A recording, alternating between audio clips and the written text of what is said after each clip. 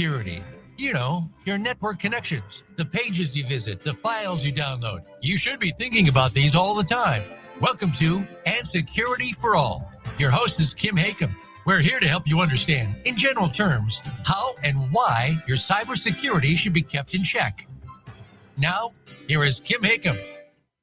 Hello, everyone. Happy Friday. I hope everyone had an amazing week.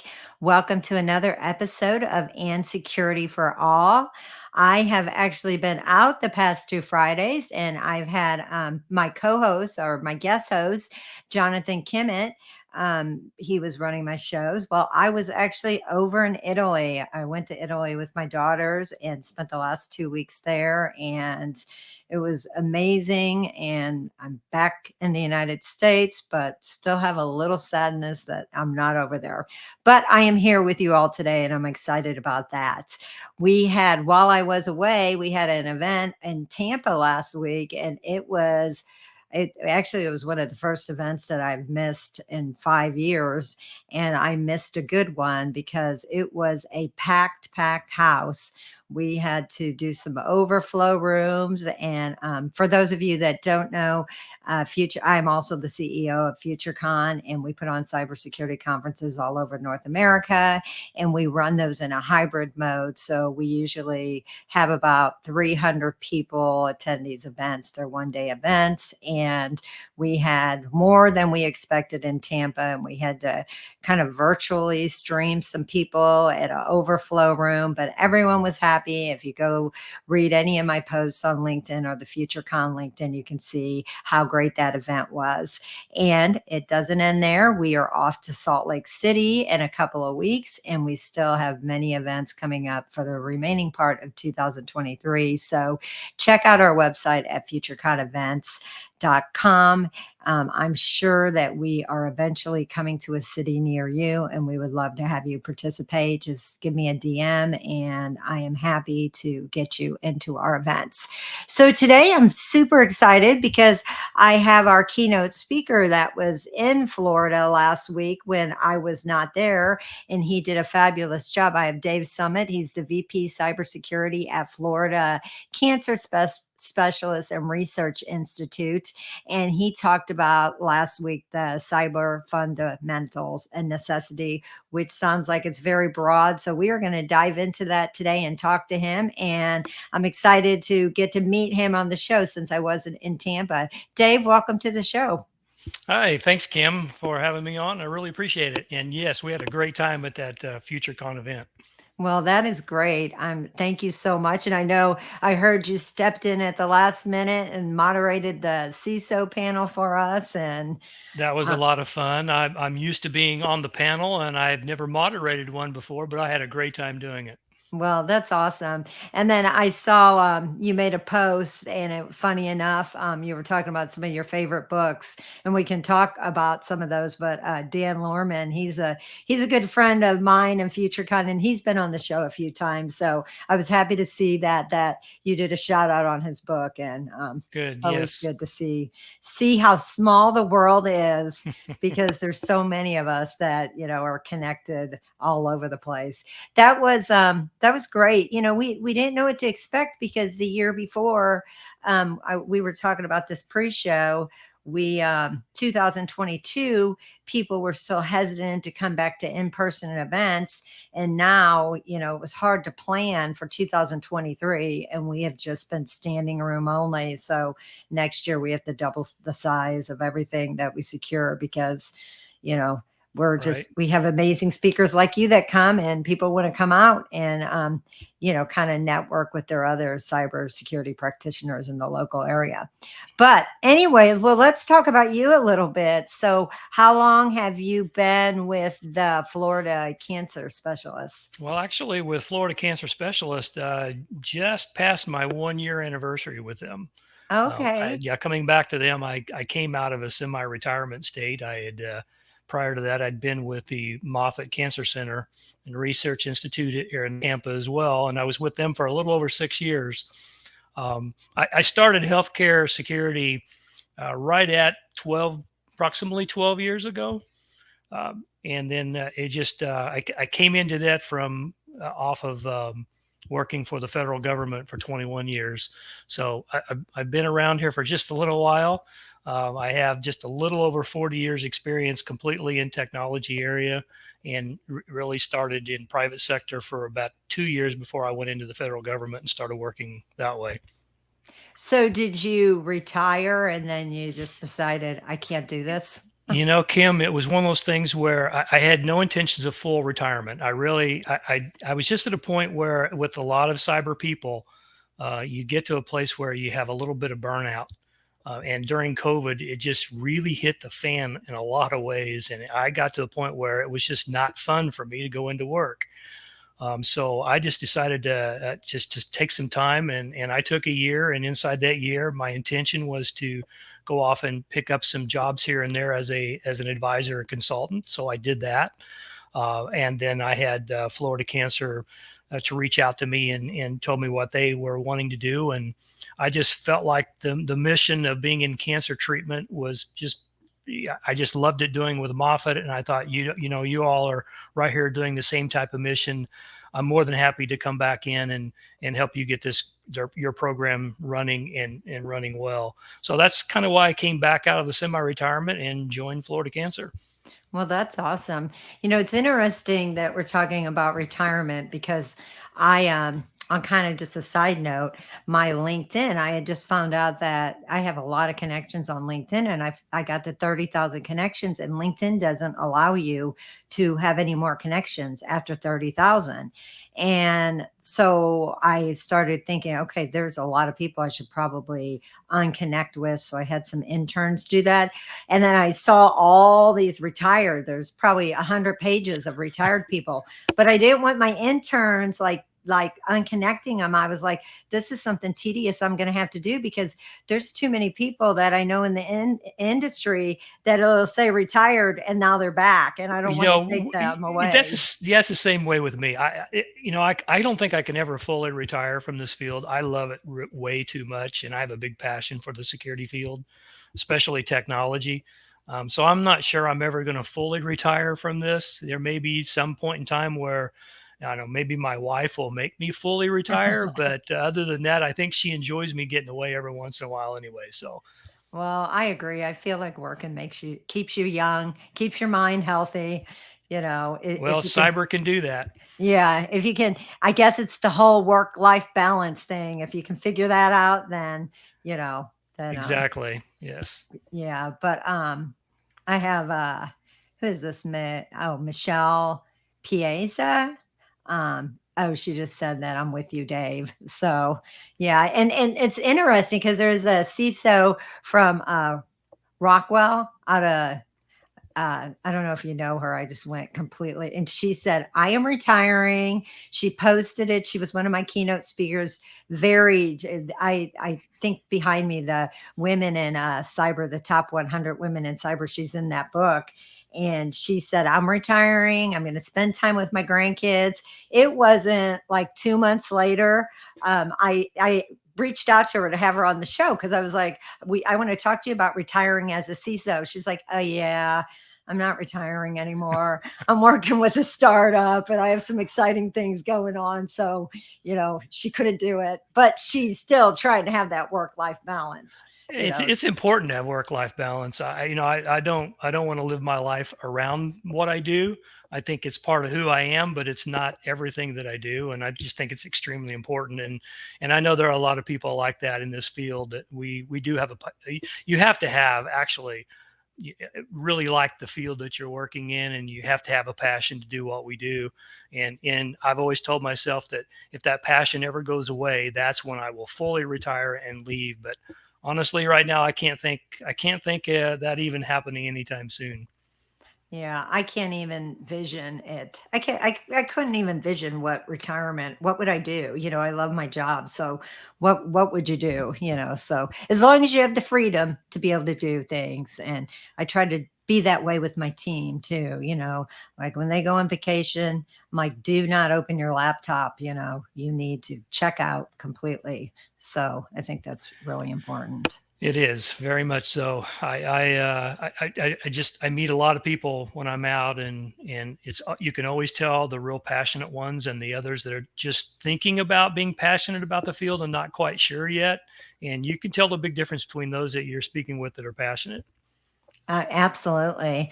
So how did tell us a little bit about your career? And you worked for the federal. What'd you do with the federal government? I worked for the Department of Navy. I Oh, was in I was in the Navy, so just FYI. Well, so I want to make it really clear. I was not in the Navy. I was a federal employee that worked for the Navy. And I make that distinction because my wife is actually retired Navy. Oh, And okay. she was a CRNA for the Navy, and that's what she did. And she makes it very clear to me that when you're introducing yourself, make sure you say you are not in the Navy. I'm the one that was in the Navy. So, and it's funny because when we're out, we're doing shopping someplace, and the organization will accept military discounts, and I pull out my federal ID. There, and she's with me. They'll always thank me for my service, and she's really quick to jump in and say, "He's not the one, I am." Does she have something that she has? Because I don't, I don't have anything. I'm always like, people are like, you should get that. But I didn't. If she retired, I didn't. I did 6 years active and 4 years hmm inactive. But Well, first, thank you for your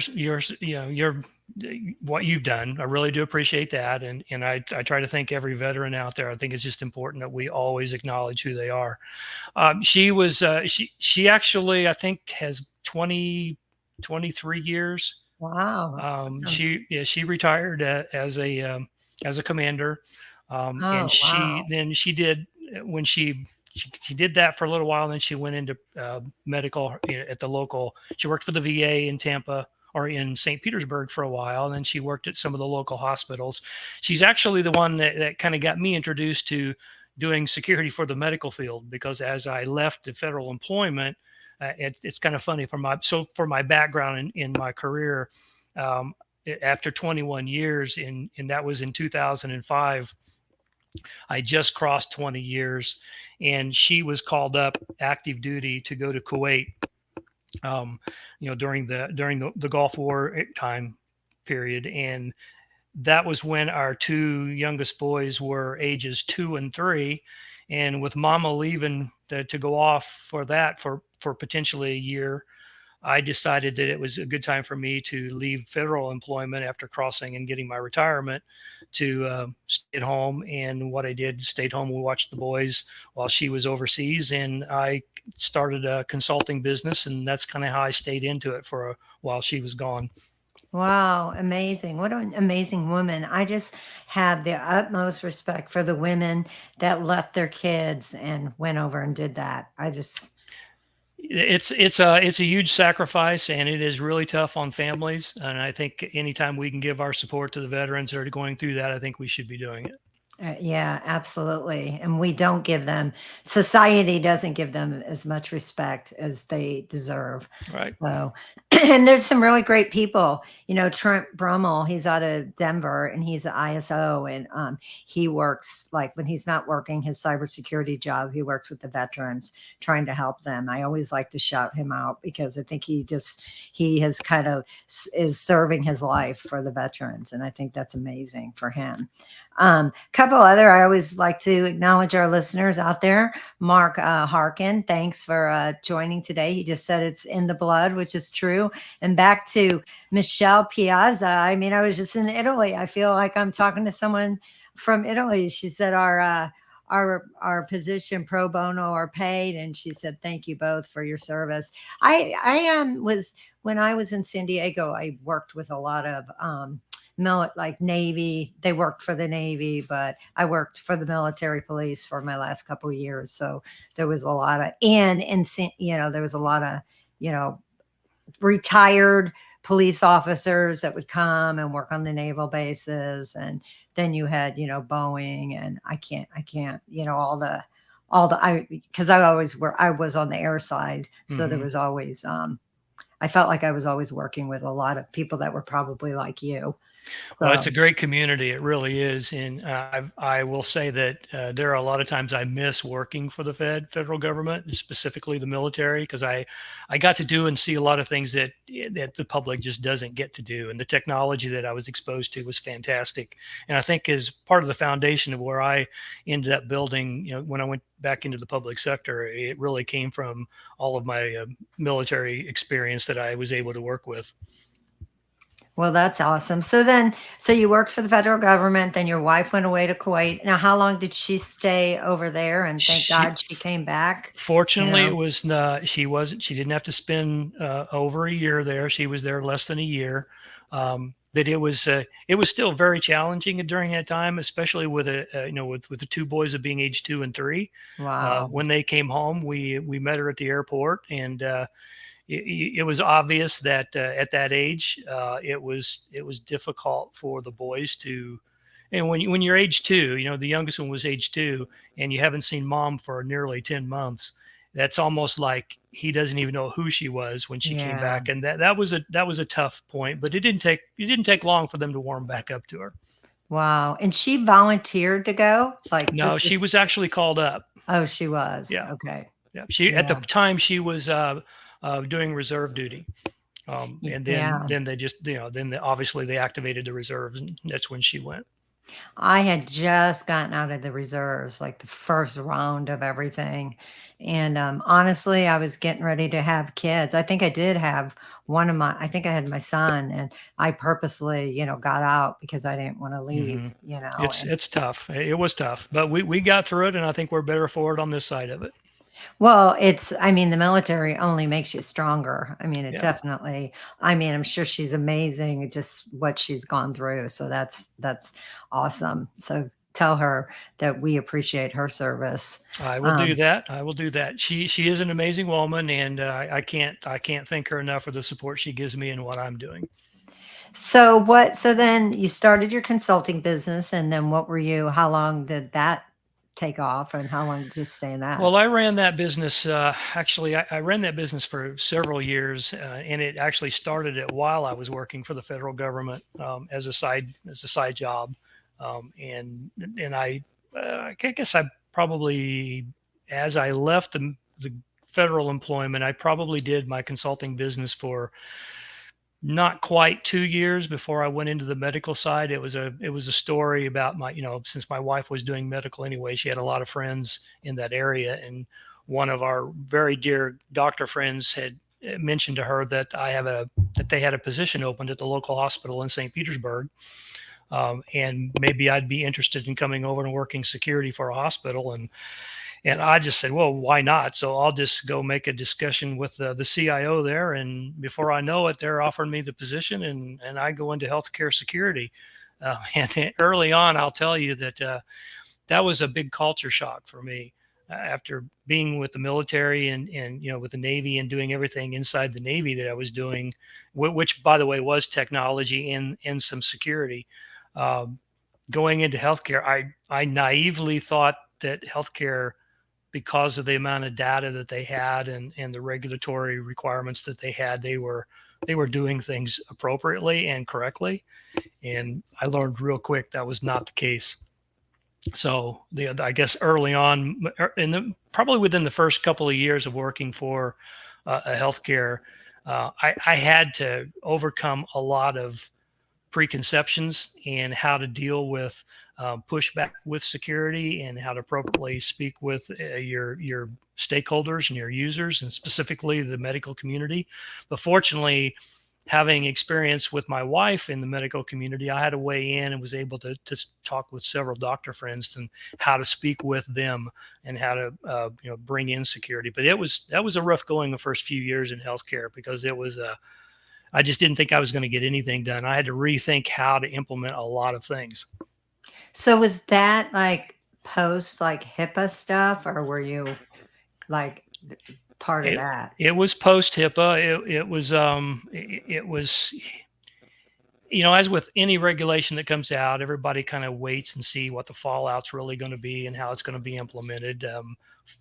HIPAA itself was very in the early stages, wasn't taken as serious as it should have been with healthcare orgs because nobody really understood a lot of it. But it was, definitely post HIPAA. And it got to the point where that was the earliest thing that I had to learn was to how to appropriately let everybody know what requirements were done. It wasn't that we just needed to be doing this for our own protections. It was really a regulatory requirement in a lot of areas. And that was kind of early on. That's what I had to go through first, was let them know that, hey, these are federal regulations that we have to do.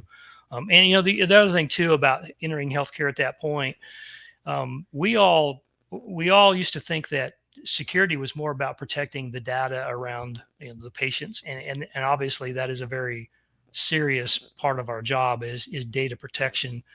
It's nothing like it has been in the last 7 to 10 years, where it's switched from the data protection to actually protecting the organization from downtime due to cyber incidents. Ransomware has been a big changer for all organizations, that they're not as focused on data protection as they are just keeping the business operational. And that's really where I've seen cybersecurity morph. It's kind of funny, Kim, because early in my career, I was pulling out some of my documentation when I worked for the government, and in the late 90s, while I was there, I actually it was quite comical. Actually, I pulled out a memorandum that had appointed me a position where I was located at the time as the information systems security officer. I'm like, wow, in the 90s, nobody ever really heard of security officers from a computer technology standpoint. It was just in the early stages. But here I am with an appointment letter that named me as an ISSO, which I kind of thought was funny, because as I was working all that security stuff, we were actually doing early on system and application risk assessments in the 90s. And that's just something that's really taken off more in the last 20 years than it was in the 90s. So, as I look back on my career, it was all a setup for what I'm doing today. And I would not trade that experience for anything in the world. I can't imagine the journey that you've seen, from the 90s to now, just the advancement. I've been doing this for a long time, 20 plus years. So, 25 years ago, when I started my first company doing these kind of events, they weren't cybersecurity events, Right. And like you said, you just being in the industry, you kind of just start seeing these titles develop. Mm-hmm. But it's, when did they start? Who knows? But I can only imagine the journey that you've seen with just It's been a yeah. major change, yes. And it's funny. Again, in the 90s, you didn't hear the term cybersecurity. It wasn't there. It was information security or IT security. And I think that's where we're morphing to. That cyber is, to me, I've heard some arguments saying that cybersecurity is part of information security. Personally, I think it's kind of the other way around. Information security is now part of cyber. And the reason I say that is because cybersecurity is considered a holistic approach to all technological cyber, because in cyber, we worry about, again, business continuity. We worry about disaster recovery.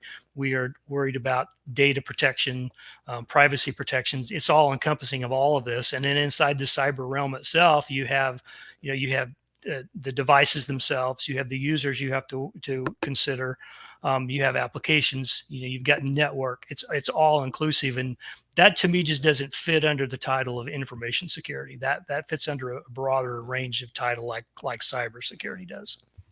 I mean, like, when did you have to start worrying about devices? And I'm talking about devices, of someone having, I forgot, something that helps your heart pump. What's that called? Pacemaker. A pacemaker. Yep. I'm blank on that. Things like that. Just things that, when did you have to start worrying about, bad actors? Like, we never thought of that stuff. Like, when did that become a risk? Well, actually, pacemaking, just take your pacemaker one, for instance, that actually was in the 90s, because at that point, even the pacemakers in the 90s, and may even been earlier than that, the way a person that had one was able to know whether it was functioning correctly, and even battery levels of your pacemaker.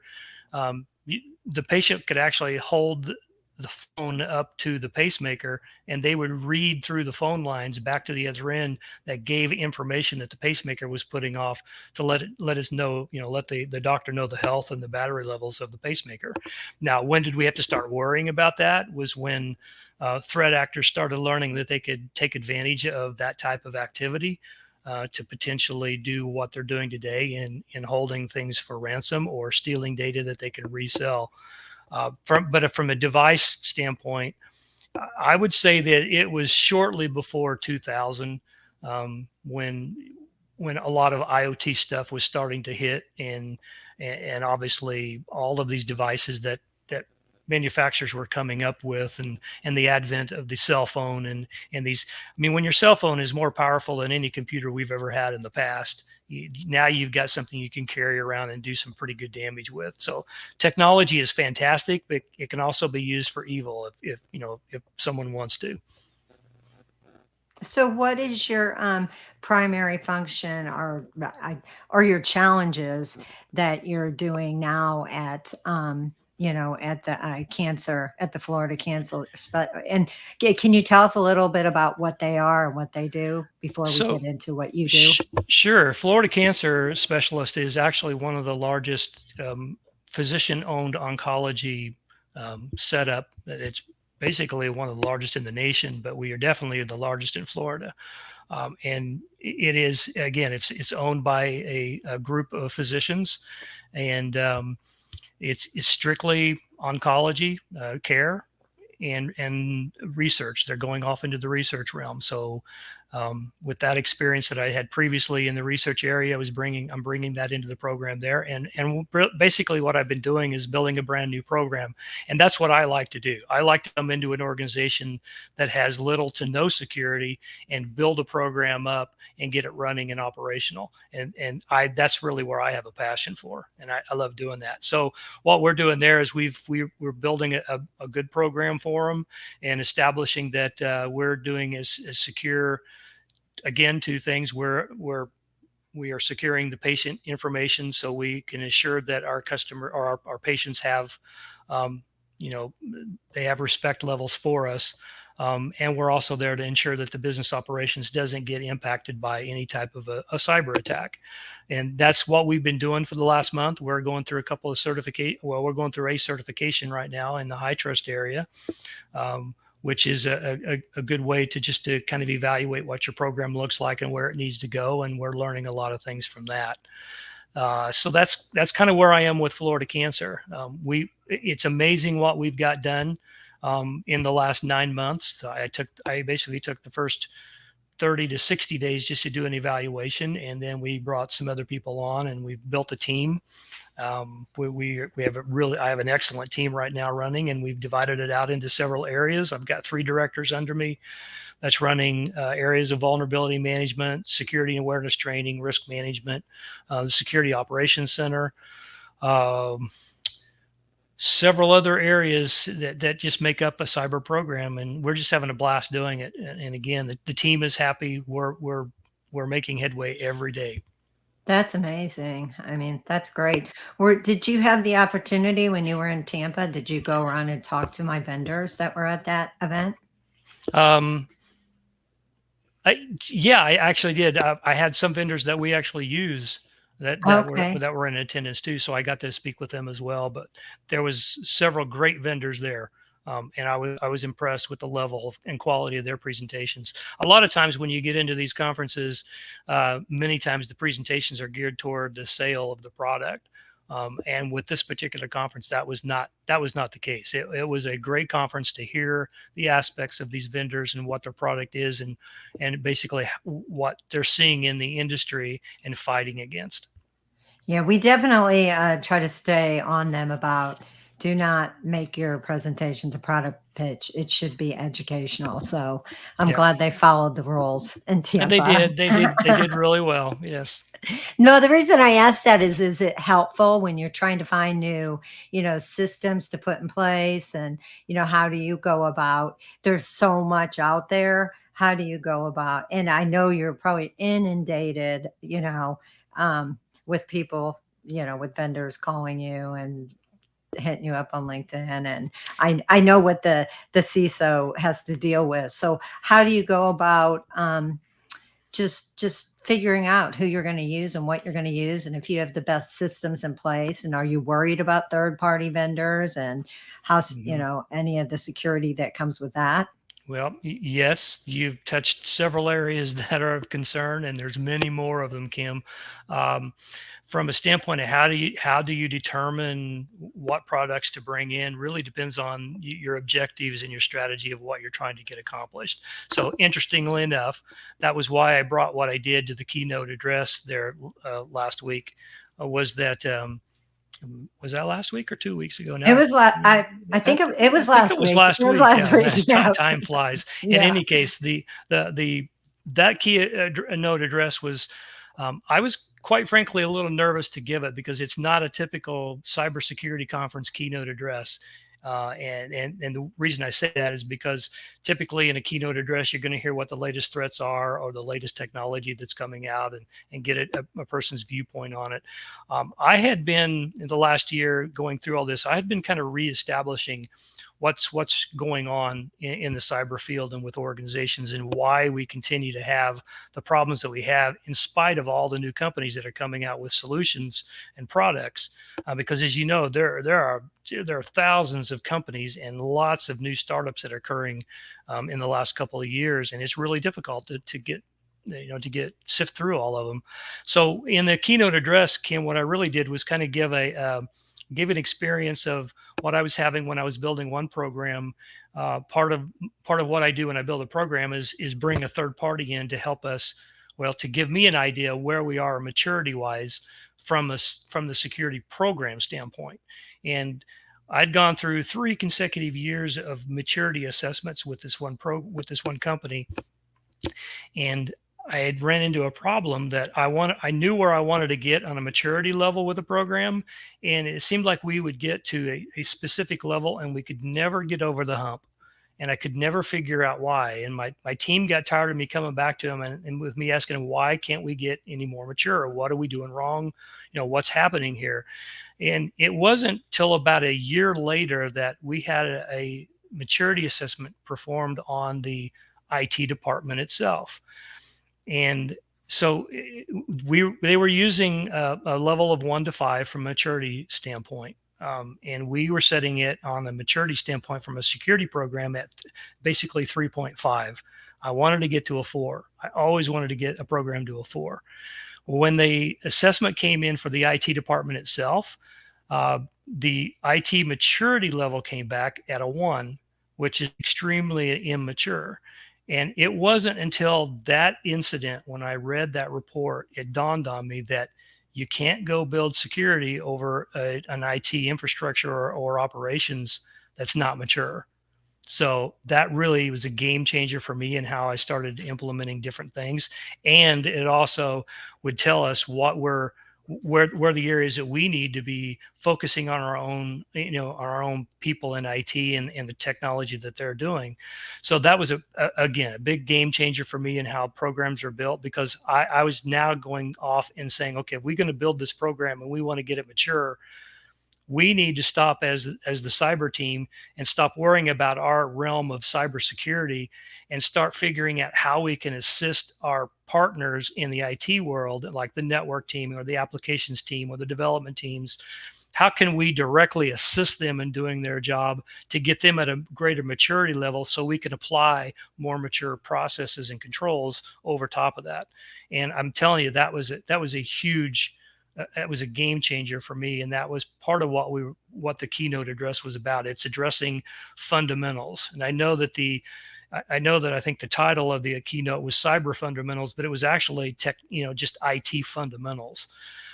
If you can do if you can have the IT department doing deployments of equipment when they have been fully patched before they even get into the environment, and then maintain that as they're going along, you're going to be in a much better place. In fact, I think in the keynote, I actually stated it this way: the ideal world, what would it look like from a cybersecurity perspective if your network team always fully hardened all network devices before they deployed, and had them, and have a regular patching and update cycle that was always active? What would it look like if your development team and your coders were actually doing security testing on their code as they're writing it, instead of on the back end when they get it fully developed? Now you're going in and trying to figure out where they have vulnerabilities. Or what would it look like if your servers were completely hardened, like according to the checklist and what you need to be doing, and that your patch management program is patching every time the security comes out, and not waiting for 3 or 4 months down the road and then trying to play catch up from there. So that's the whole idea, is that, okay, I need to stop taking vulnerabilities that we're discovering during our whole discovery cycle and scanning cycle, and just push it off on the server teams or the application teams. Let's go to them and say, okay, here's the problems we're having. What can we do to help you fix that basic problem? So again, it all comes down to fundamentals, and I think that's one of the issues that we're having in the field today, is that we've got companies that fundamentally aren't doing things correctly, and they need to fix the fundamentals before you go spend a bunch of money on security controls that's going to sit over top of something that's not working correctly to begin with. And that was the whole basis of the talk. So I have a question for you on that, and I know there's a couple of our listeners that have some questions. But when you're talking about the fundamentals, and you're talking about maybe some timelines that are implemented for maybe your coders or your some of your different security teams, do the timelines and the pressure to meet those timelines affect them maybe missing some of the pieces of making sure they're secure before it's finished? It always is a challenge. I mean, obviously they have some very specific requirements they need to meet, and a lot of those are timelines. But again, if that would be the job of the CISO or the head of security for that organization, to ensure that while they're developing those requirements and trying to meet timelines, that the requirements for security of that should be also part of that. And again, it's discussions up front that we need to be having, that I'm afraid we're not having up front, in a lot of cases. And that goes all the way down to even vendor selection and screening before we even bring a new vendor in.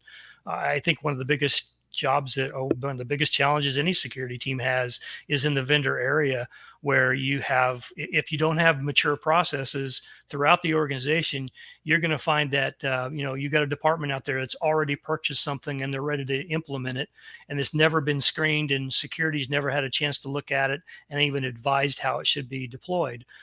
And that is a setup for a potential issue down the road, because I have had instances where that is done, and all of a sudden we're now pulled in, and we look like the bad guys because we weren't pulled in up front. We could have resolved the issue before it occurred.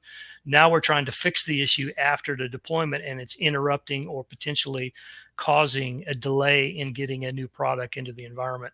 And in healthcare, that sometimes that can be very detrimental, because in healthcare, you're talking about some systems that definitely play into patient care.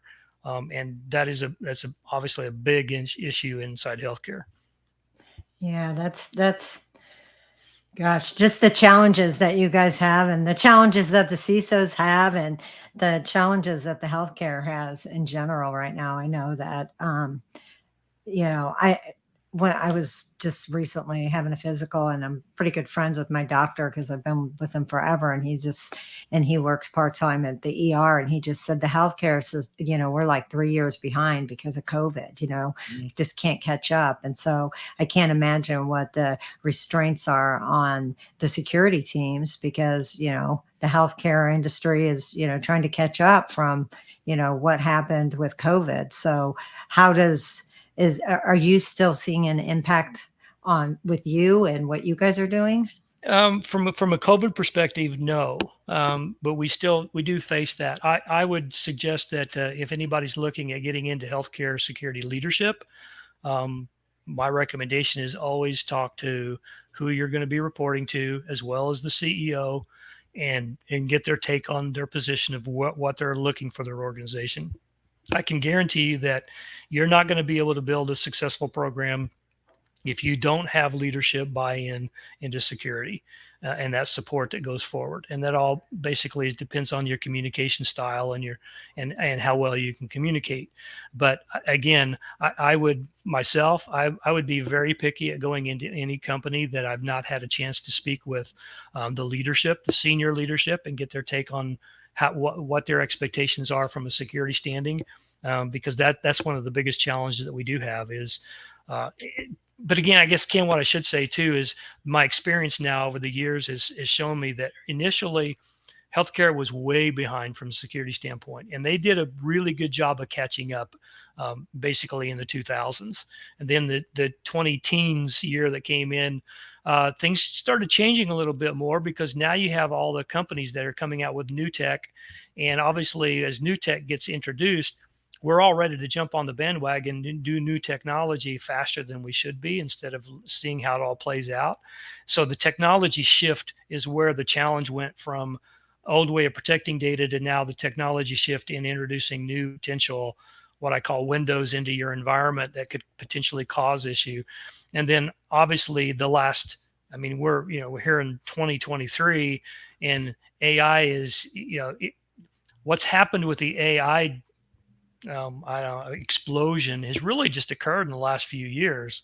More importantly, probably within the last 18 months, it's just really taken off. And that, to me, I think is from a security standpoint, there's a lot of concerns over it. I'm not sure the concerns are as great in security as it is just the general use of AI anyway. And why I say that is, from a security standpoint, the two areas that I have concern with AI. One is the use of your data as you're putting it into AI is used to teach the AI how it responds to other people, and that's one of the areas that you have to be very careful of. So if you've got an organization that's doing research and has a pretty high level of protected information or intellectual property, and you've got users that are throwing that information into an AI, it's a strong possibility that AI engine that you're using could be using that to provide answers to other people that are asking similar questions. And that's what's happening in some of the areas where you're getting data loss in AI. My bigger concern in that area of AI is what the threat actors and how easy it is to get a hold of AI, which when I use the term AI, it's very loose, because I don't think I think many people out there in the AI world are touting AI that they really don't have AI. It's more glorified algorithms and a little more machine learning than it is artificial intelligence.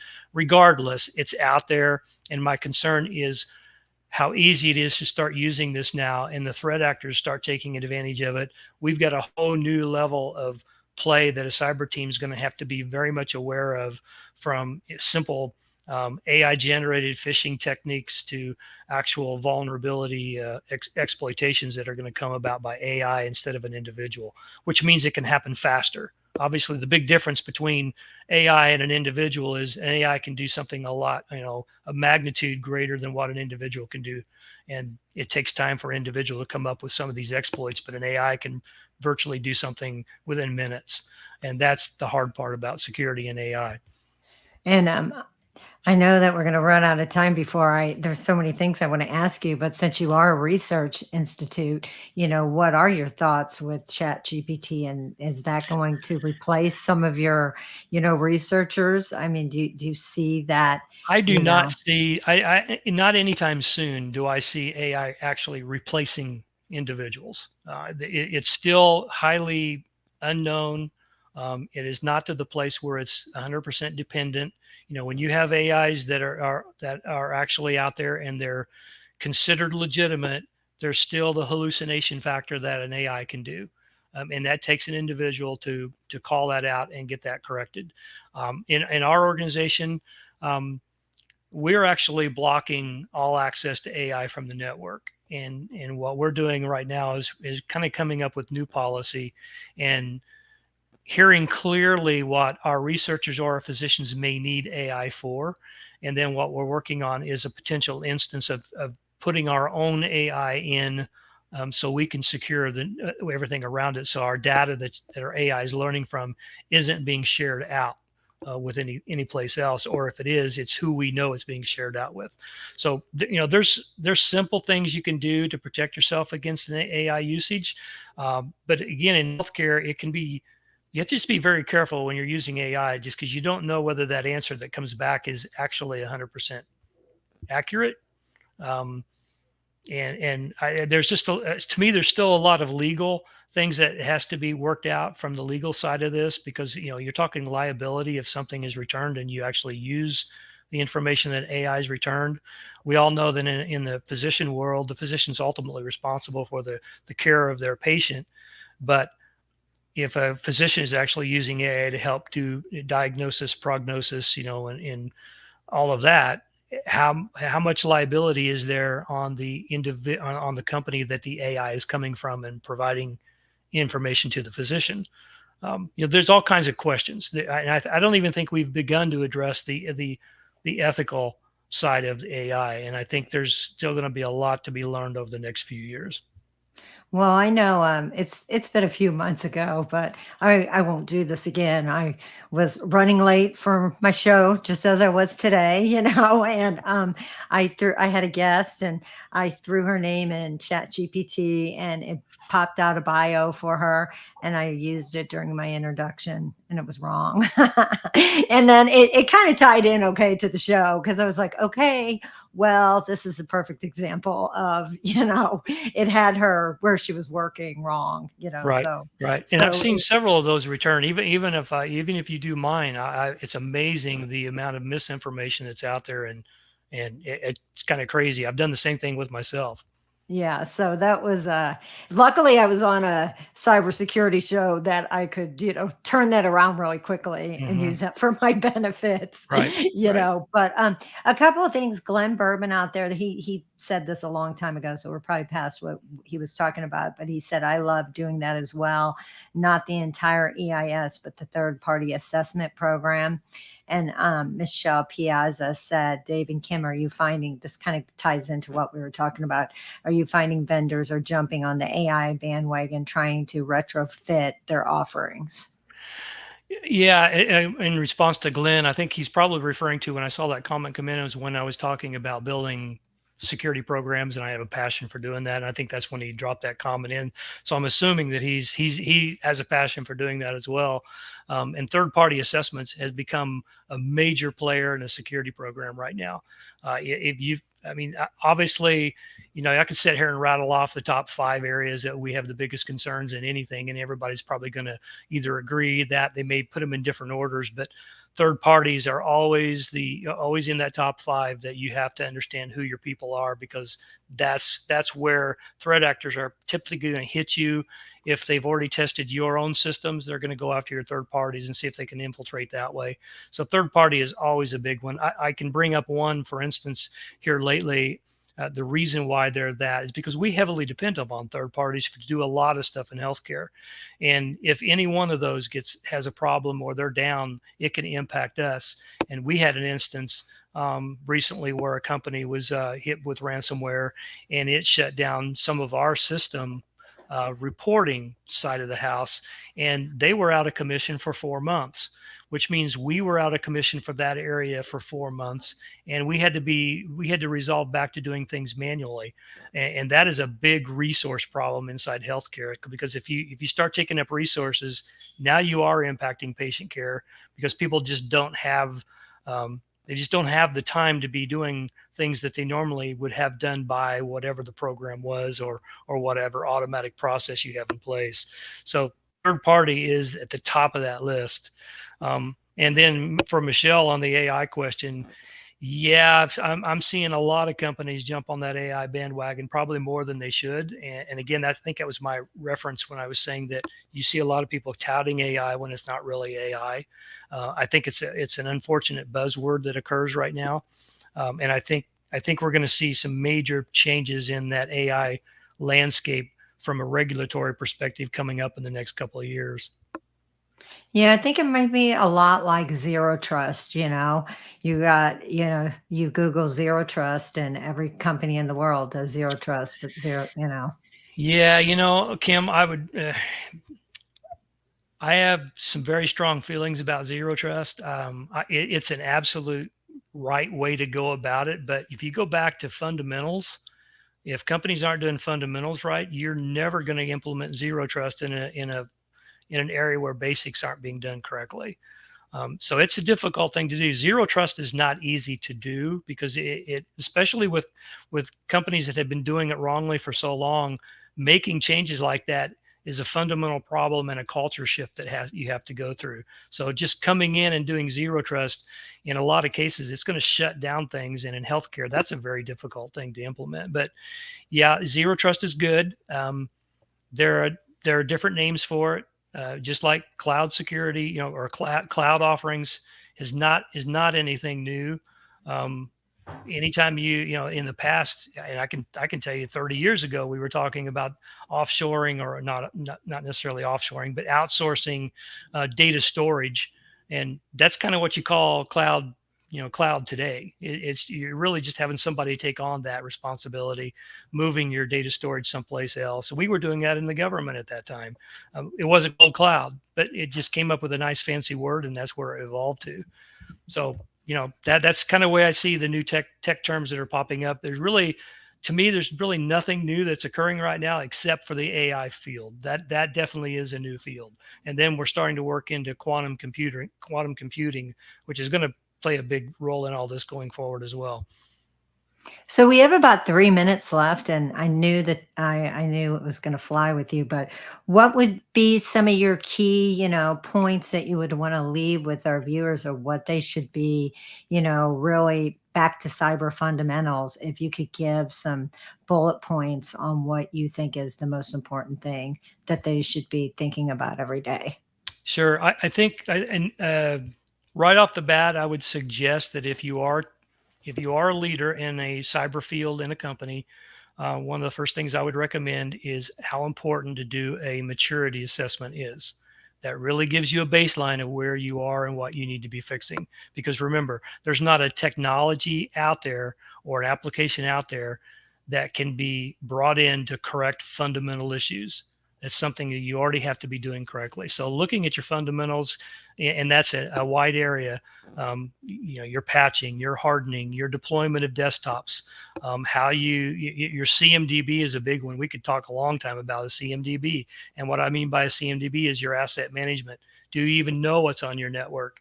And I go back to the old, the classic saying, you can't protect what you don't know you have. That's where the asset management comes in. And a lot of times that's extremely important. So those would be the couple things that I would highly recommend. And, if people have questions for you or wanted to get a hold of you, what's the best way to reach out to you? LinkedIn. I unless it's just a cold solicitation, I will always respond to anybody on LinkedIn if they have questions, because again, I'm passionate about this. And then on LinkedIn, I can share, more personal how we can communicate from there. So yeah, look me up on LinkedIn. Appreciate that. Yeah, I can attest that that is how I found you to keynote our event in Tampa. And I feel like I definitely have one of the best jobs ever, because I get to talk to people like you who are some of the brightest, most intelligent people in the industry. So I really, really appreciate you saying yes and to keynoting. And I just asked Dave like 2 days ago, can you be on my show? And you said that you just drove 17 hours. Where were you driving from? Well, I was driving from Florida up to Indiana. I've got a little slight medical emergency with my pet cat, which my Oh. pet cat is very dear to me.